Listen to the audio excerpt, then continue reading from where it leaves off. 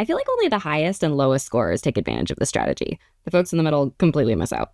Erika here with Target Test Prep, and today I want to share a powerful but unexpected tip for GMAT permutations, combinations, and probability, and then we'll apply that tip together in some of the hardest permutations, combinations, and probability questions in the Target Test Prep program. If you've watched my video on the hardest GMAT Quant Questions, then you know that the topic that appears most frequently in the most missed Target Test Prep Quant Questions is number properties. But coming in at a close second is permutations and combinations. And I'm going to go ahead and throw probability in there as well, because probability problems frequently deal with permutations and combinations concepts. Now, when most test takers think about GMAT permutations, combinations, and probability, they think about the rules associated with them. Equations with lots of R's and N's and factorials, the slot method, very structured and regimented approaches to solving. And that's absolutely part of the puzzle. But a lot of students are shocked to learn that one of my biggest tips for GMAT permutations, combinations, and probability problems is to use a little bit of brute force. And this is especially true on the hard questions. Now, if you're skeptical, I'll show you what I mean. This first question is permutations, and only 31% of Target Test Prep students get it right. All right, give the video a pause if you want to try this problem on your own. Now, taking a look at the question stem, we are trying to find a 4-digit number, A, B, C, D. Now, the number 1, 2, 3, 4 is different than the number 4, 3, 2, 1, is different from the number 3, 1, 4, 2, etc., etc. So this is definitely a permutations question.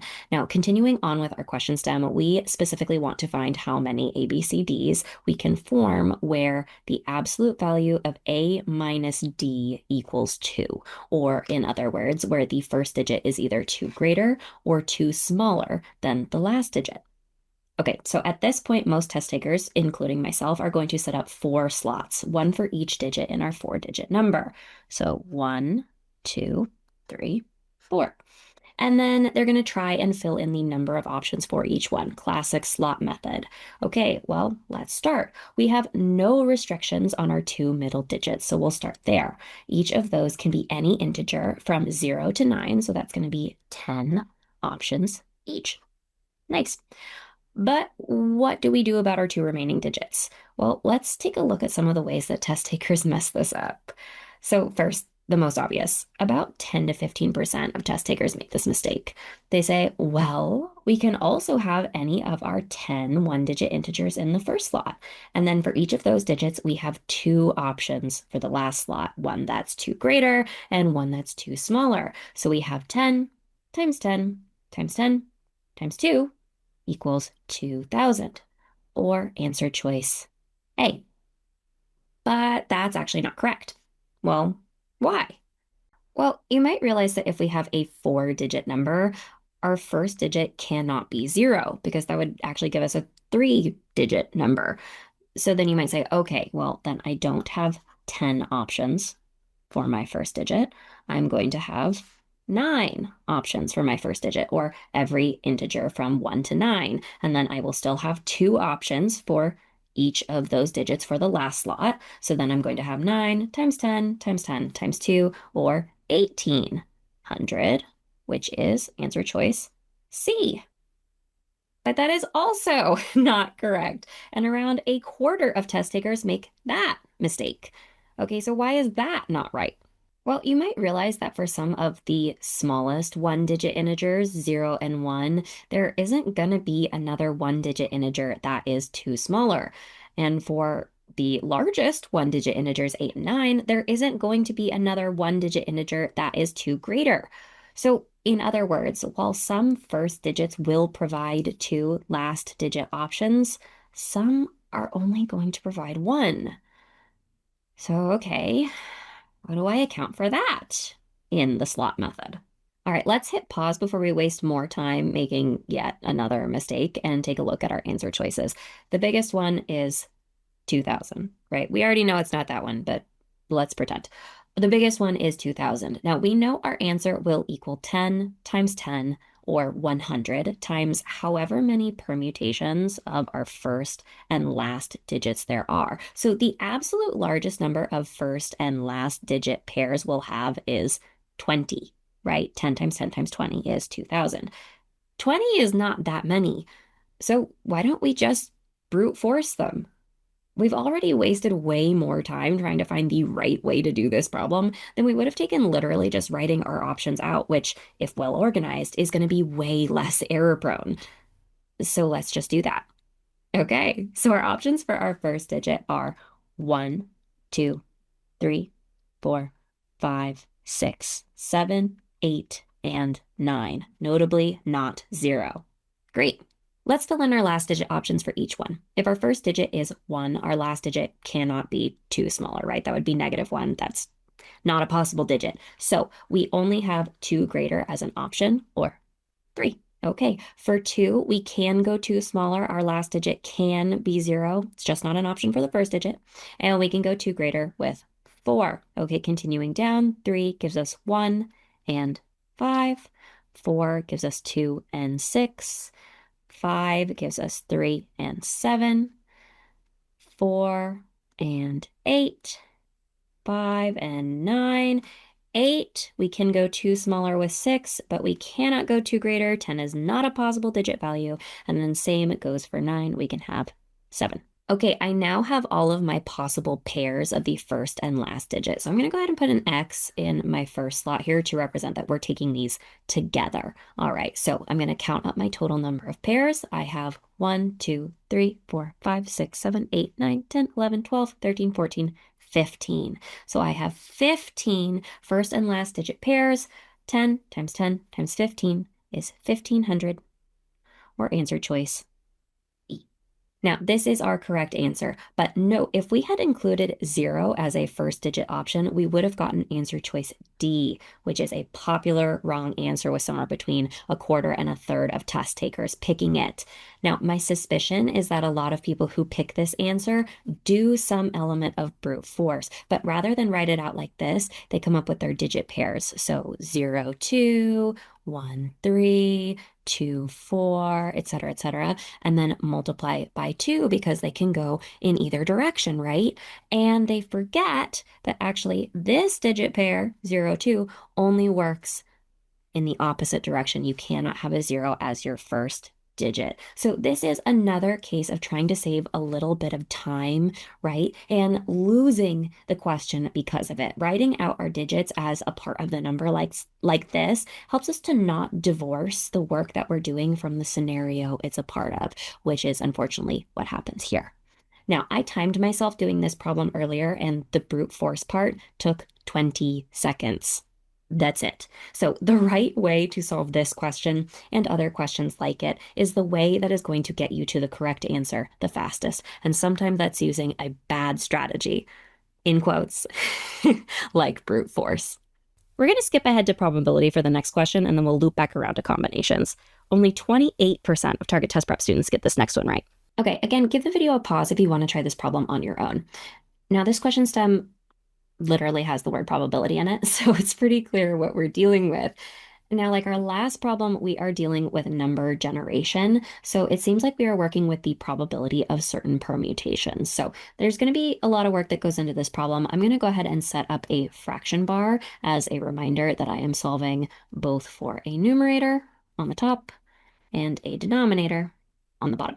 All right, digging into our question stem. If a computer program generates 3-digit odd numbers using the numbers 9, 0, 4, and 1, and the digits can be repeated, what is the probability that the number formed from the program is a multiple of 3?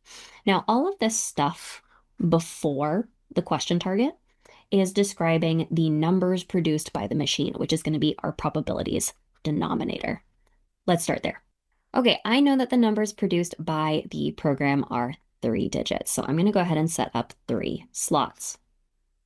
All right, starting with my last slot, I know that the number is odd, which means that the last digit is going to be odd. And then I know that the last digit can be any one of these 4 numbers. Well, the only odd ones are 1 and 9. So those are my only 2 options for my last slot, giving me 2 options for that last slot. Okay, moving on to our middle slot. Now, our middle slot does not have any restrictions other than that it has to be these digits. I know that digits can be repeated, so it can be any one of those 4 digits, or it can be 0, 1, 4, or 9, giving me 4 options for my middle slot. Now, note The question stem gives us these numbers in a really odd order, and there is no real reason for that other than to confuse us. So as I am writing these out, I am putting them in ascending order, and that's just going to make them easier to work with while I'm solving later. Okay, moving on to our first slot. Now we might think that the logic from our second slot applies here, and we're going to have four options again, right? 0, 1, 4, and 9. But just like in the last problem, we need to remember that the first digit of any number cannot be 0, or else we would actually have a 2-digit number when the problem specifies a 3-digit number. So 1, 4, and 9 work here, but 0 does not, giving us 3 options for our first slot or our first digit. Okay, multiplying that, we get 3 times 4 times 2, or 24 options for our denominator. Now, just like in our last problem, we're going to go ahead and take an early peek at our answer choices. Now, since we know that our denominator is 24, our answer must be a fraction that something over 24 could reduce to. In other words, its denominator has got to be a factor of 24. This means that we can rule out C and E, which is going to go ahead and put us ahead of the approximately third of test takers that choose one of those two answers. Nice. But just like in the last problem, this is also going to give us a clue at how we can solve. Our largest answer choice here is 1/2, 1 over 2, which is the same as 12 over 24. So this means that our numerator has got to be 12 or smaller, which means there are at most 12 permutations that make up our numerator. That's not that many. This means that a well-organized brute force strategy is a viable way to solve the rest of this problem. That's good to know. All right, so what do we even want for our numerator? Well, we're looking for the probability that the number formed from the program is a multiple of 3. So this is a number formed from the program. So once again, we're going to have a 3-digit number or 3 slots, and we want it to be a multiple of 3. Now, important to note here, a good way to find whether something is a multiple of 3 is to determine whether the sum of its digits is also a multiple of 3. If the sum of its digits are a multiple of 3, the number itself will be a multiple of 3. That is a huge help in solving this problem. But I have no idea how I'm going to fit that into my slot method.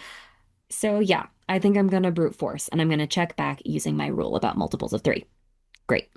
Now I'm going to go ahead and leave these 3 slots here to organize my work, even though I'm not actually going to use the slot method, kind of like what we did in our last problem. Okay, I'm going to start with my most restrictive digit and work toward my least restrictive digit. Now, most restrictive is my last digit. I only have 2 options, 1 and 9. Going in ascending order, I'm going to pick 1 as my last digit. Okay. Next most restrictive is my first digit. I have 3 options, 1, 4, and 9. Again, going in ascending order, I'm going to pick 1. Okay, which numbers work for my middle digit in order to give me a multiple of 3, so such that the sum of my digits is going to be a multiple of 3? Well, if I put 0 in as my middle digit, I would have 1 plus 0 plus 1 or 2. Not a multiple of 3, not going to work. Well, what about 1? Okay, I would have 1 plus 1 plus 1 or 3. Hey! 3 is a multiple of 3. 1 is an option for my middle digit. Okay, what about 4?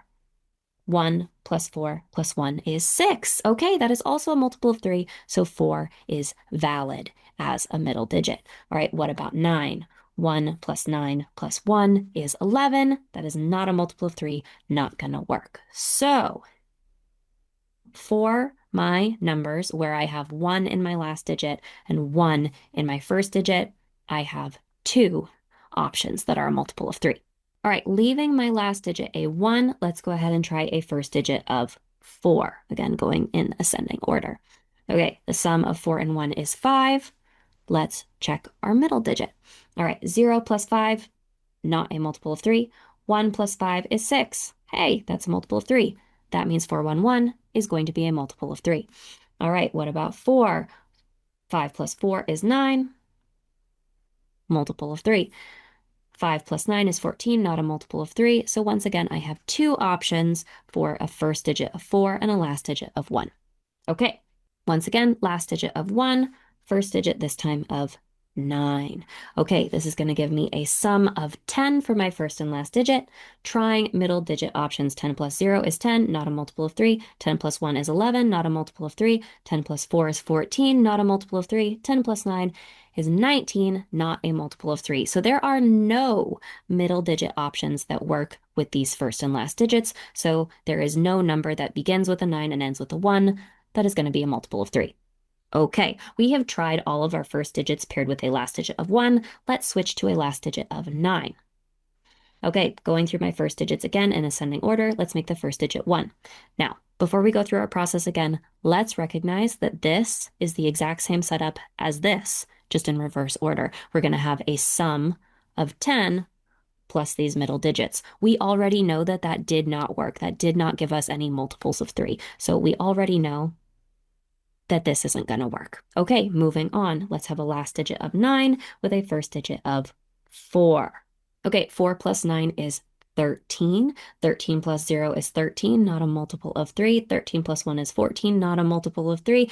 13 plus 4 is 17, not a multiple of 3. 13 plus 9 is 22. Careful.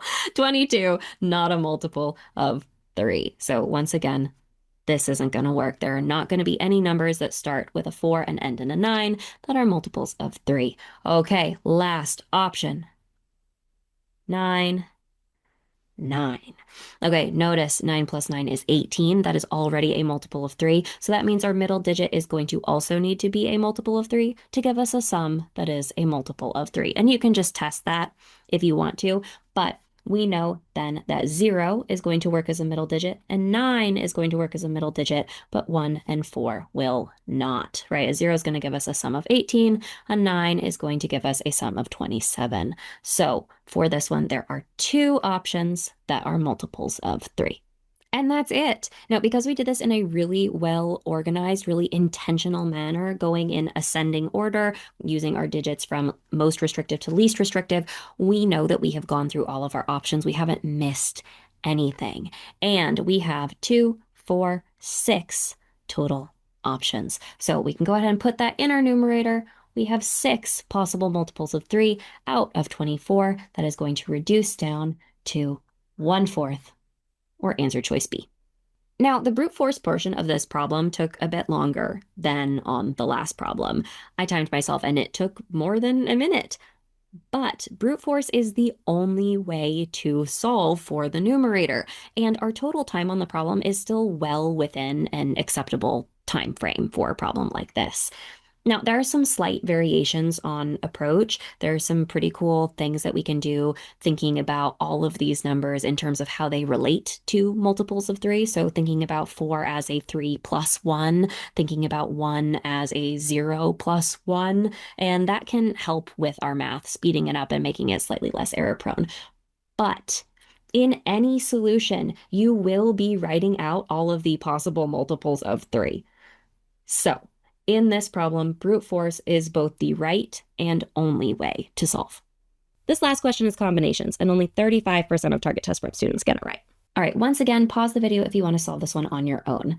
Glancing at my question stem, I see that I am picking a dance delegation or a group. Now, in a group, order does not matter, so we have a combinations problem on our hands. The previous 2 problems dealt with permutations, so this one's going to be a little bit different. Okay, digging into my question stem, I see that specifically we want to pick a dance delegation of 4 people, and those 4 people must be chosen from 5 pairs of dance partners. So 10 people total. Continuing on with my question stem, I see that we have a restriction. 2 dance partners can never be together on the delegation. Or in other words, I can only choose 1 person from each dance partner pair for the delegation. Okay, and then I want to find how many different ways there are to form that delegation. Now, at this point, I was pretty sure I wanted to use my absolute favorite trick for restrictions on permutations, combinations, and probability problems, which is to take my total and subtract my restriction. So instead of solving directly for what I do want, instead I'm going to solve for what I don't want and subtract it from my total. And this is going to be a really great way to get around some of the nastiness that the test maker has set up for you. So in this problem, I would be starting with a 10 choose 4 combination to represent choosing 4 people from my group of 10 with no restrictions. And then I would subtract out my number of combinations where I do have partners together. And this would give me my number of combinations where there are no partners together. And this trick would work really great if there were only 3 people on the delegation. But with 4 people, things get really messy. With a 3-person delegation, we could have 2 partners from one pair. Sure, that would be our partners together. But with a 4-person delegation, not only can we have 2 partners from one pair, we can have 2 partners from 2 pairs. And that gets really complicated. There ends up being overlap between partners that have one pair versus partners that have 2 pairs. I've looked at this from a lot of angles, and in this problem, solving for what we don't want is just as messy as solving directly for what we do want. So while I love this trick, I'm not going to use it in this problem. And I'm not going to use the combinations equation, at least not in the way that I hope to. All right, in my previous problems, looking at my answer choices was particularly helpful, so I'm gonna do that now. And what I see is, well, if my answer is A, yeah, I could probably brute force 20 combinations, but if my answer is B through E, I definitely cannot brute force all of those. So I know that that is not going to be the end-all be-all solution for this problem. So, okay, my trick didn't work, my combinations equation isn't working for me right now, brute force isn't gonna work. So what do I do? Well, what we're not going to do is sit and stare at the problem, trying to materialize the right solution. A tip that I've seen from Scott here at Target Test Prep is to keep your feet moving, which I love.